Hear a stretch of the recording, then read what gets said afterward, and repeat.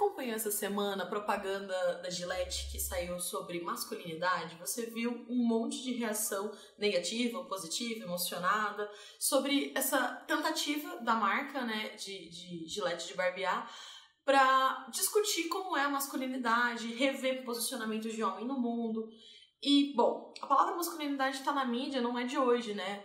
Começar a discutir a masculinidade, ainda que seja recente, tem sido bastante frequente para pensar numa relação muito mais igualitária entre homens e mulheres. Não dá para excluir a construção da masculinidade de uma construção feminista.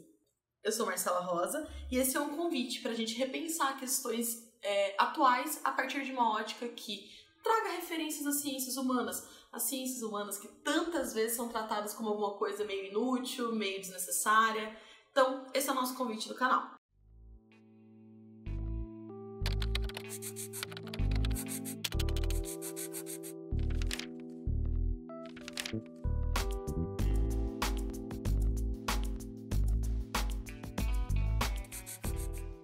Para começar essa discussão sobre homem, eu vou convidar dois homens. Acho que nada mais justo. Ovídio e José Saramago. Na verdade, a ideia que eu pensei aqui para tentar pensar por que a gente vê esse masculino como quase animalesco, como a violência possível, e quais figuras mitológicas, ou históricas, ou literárias pode ajudar a gente a repensar essa cisão entre esses dois homens. Todo mundo deve ter ouvido falar sobre a figura do centauro. Desde o centauro sábio, né, Quiron, e uma figura muito do mestre centauro, até aquele centauro extremamente violento. Se a gente recorrer, por exemplo, às metamorfoses de Ovídio, ou às histórias dos centauros, do surgimento da cosmogonia do mundo grego, e como os centauros surgiram, a gente vai ver a presença de uma figura masculina muito negativa, tanto do lado dos centauros, né, do surgimento dos centauros, como daquele que propiciou seu surgimento, que é Zeus. Por que é tão importante, entre tantas mitologias que a gente tem no mundo, a gente recorrer tanto à mitologia grega? Porque ela tem papel fundante na nossa civilização. O Brasil aqui, como um país colonizado, que sofreu uma opressão muito forte cultural pela colonização europeia, recorrer à tradição grega e entender parte da argamassa que constitui a nossa sociedade. E essa figura do centauro ela é uma figura extremamente masculina, né? Centauros são formados por homens. E a origem do centauro remota a um homem que havia sido um grande mentiroso, né, que tinha enganado o próprio sogro para conseguir se casar com a filha dele e que matou esse sogro, né? Ele matou queimado. Tudo por causa de cavalos. Essa figura do cavalo é importante por isso. O nome dele é Ixion. E o Ixion, ele fica muito mal, né? Depois que ele se arrepende de ter matado o sogro. Muito bem, parabéns, homem, se arrependendo no meio do processo da violência. E ele tenta abrir de volta o lugar onde ele deixou o sogro pegando fogo, e ele se depara só com as cinzas. E na dor lancinante que ele sente de ter matado alguém da família, ele começa a vagar o mundo, virando um mendigo, né, um errante. Certo dia, Zeus estava com um humor especialmente diferenciado, ele convida Ixion a jantar com os deuses, para ver se dá uma animada, né? E nesse jantar dos deuses, eles servem néctar, a bebida que para os deuses é super de boa, né? Deixa ali num grau alcoolizado gostosinho, mas que para um homem deixa ele transtornado. E o Ixion começou a dar em cima da Hera, porque como vocês podem ver, essa coisa da sociedade patriarcal, essa coisa do álcool justificar uma atitude masculina incoerente, né? Chegando no carnaval, aí é sempre bom lembrar que álcool não justifica nenhum tipo de violência. Isso tem, pelo menos, datado 5.000 anos de filosofia e de mitologia, entendeu? É muito tempo, então o trabalho é muito longo, é culturalmente muito longo. Então é muito difícil você virar para um homem falar sobre masculinidade sem entender o tamanho da carga que a gente está trabalhando aqui. Óbvio, dá pra desconstruir, claro que dá, mas precisa de um esforço e eu acho que ter consciência dessa história vai te ajudar. O que o Zeus fez? Porque ele tava... Geralmente ele mataria esse cara assim muito rápido, mas ele tava muito bem humorado e ele moldou uma nuvem, Néfili, em formato da Hera. Porque assim, vai lá pegar meu esposo então. Claro que não era, uma nuvem moldada.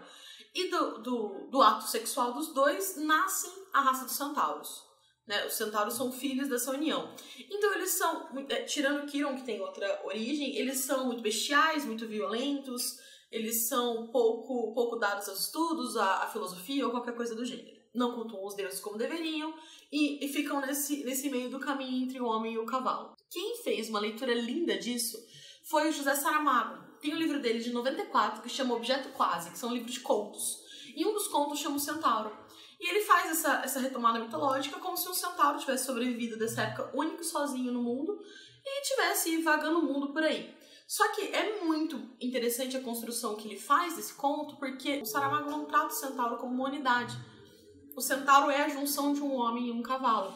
Então, ele vive eternamente sofrendo as consequências de ter o lado cavalo e o lado homem. Então, uma parte lindíssima que ele fala que o homem quer olhar para o céu, mas ele depende ou de virar o pescoço no nível que ele não consegue, ou de que as patas do cavalo o obedeçam e relinchem para cima. Só que no momento que ele faz isso, ele é super agressivo e assustador.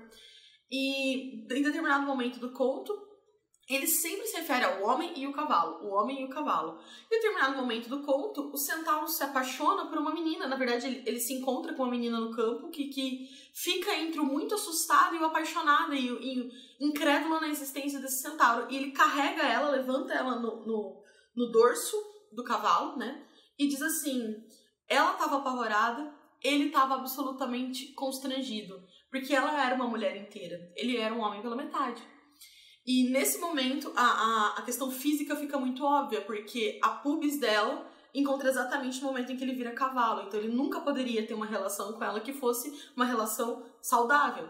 E ela se joga no chão, deita com os braços em cruz e diz assim, cobre-me então. Ela se oferece a ele pro lado do cavalo dele e ele foge. Ele abre mão desse relacionamento naquele momento. Então eu vejo nessa figura do centauro uma dicotomia o tempo todo entre o lado animalesco e o lado humano. Nesse sentido, obviamente metafórico, de não vai existir um homem inteiro enquanto esse homem for um homem que se justifica na tentativa animal de fazer qualquer tipo de coisa. Então, assim, óbvio que é uma metáfora, óbvio que mulheres também têm a dificuldade da vida delas e enfrentar isso de uma maneira racional não é responsabilidade única de nenhum ser humano, é de todos. Mas eu acho que é uma metáfora que ajuda bem. Associar, de novo, e assim, que fique bem claro, em nenhum momento eu acho que homens têm um lado animalesco. Não é isso. É a metáfora da possibilidade da violência introjetada culturalmente no homem e que precisa passar pelo lado humano o tempo todo, desconstruindo. Não vai dar pra se livrar isso da noite pro dia se você não se esforçar. É impossível. São 5, 6 mil anos construindo uma imagem que, inclusive, incomoda muitos, né?